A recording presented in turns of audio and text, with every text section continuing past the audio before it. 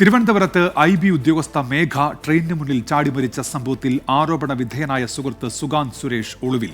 Immigration IB ഉദ്യോഗസ്ഥരുടെ ചോദ്യം ചെയ്യലിന് ശേഷമാണ് സുഗാന്ത് ഒളിവിൽ പോയത്. സുഗാന്ത് ഒളിവിൽ പോയതിൽ പോലീസിനെ കുറ്റപ്പെടുത്തി മേഘയുടെ കുടുംബം രംഗത്തെത്തി.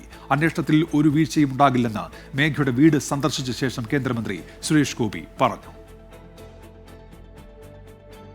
ഇക്കഴിഞ്ഞ മാർച്ച് 24-ലാണ് തിരുവനന്തപുരം വിമാനത്താവളത്തിലെ ഇമിഗ്രേഷൻ വിഭാഗം IB ഉദ്യോഗസ്ഥയായ മേഘ ട്രെയിൻ തട്ടി മരിക്കുന്നത്. മകളുടെ മരണത്തിന് കാരണം സുഹൃത്തുമായുള്ള സൗഹൃദമാണെന്ന് പിന്നീട് മേഘയുടെ കുടുംബം ആരോപിച്ചിരുന്നു. എടപ്പാൾ സ്വദേശിയും IB ഉദ്യോഗസ്ഥരുമായ സുഗാന്ത് സുരേഷ് മകളെ സാമ്പത്തികമായി ചൂഷണം ചെയ്തുവെന്നായിരുന്നു മേഘയുടെ മാതാപിതാക്കളുടെ ആരോപണം. പിന്നാലെയാണ് സുഗാന്തിനെ കേന്ദ്രീകരിച്ച് പോലീസ് അന്വേഷണം ആരംഭിച്ചത്. എന്നാൽ സുഗാന്തിനെ ഓഫീസിലോ എടപ്പാളിലെ വീട്ടിലോ കണ്ടെത്താനായില്ല.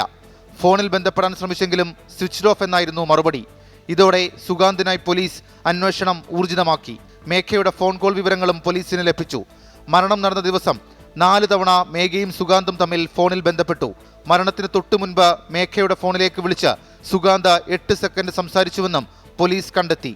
സുഗാന്തും കുടുംബവും വീട് പൂട്ടി മുങ്ങിയതിൽ പോലീസ് വീഴ്ചയുണ്ടെന്ന് മേഘയുടെ കുടുംബം.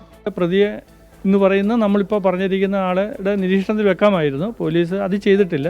ആളെവിടെയാണെന്ന് കണ്ടുപിടിക്കാൻ സാധിച്ചിട്ടില്ല. സാമ്പത്തികമായിട്ട് നല്ല ചൂഷണമാണ് നടന്നത്. അവർക്ക് ആഹാരം കഴിക്കാൻ പോലും പൈസ കൊടുക്കാത്ത ഒരു അവസ്ഥയിലേക്ക് അവളെ എത്തിച്ചിരുന്നു. മേഘ പറഞ്ഞ് കല്യാണം കഴിക്കുമെന്ന് തന്നെയാണ് പറഞ്ഞത്.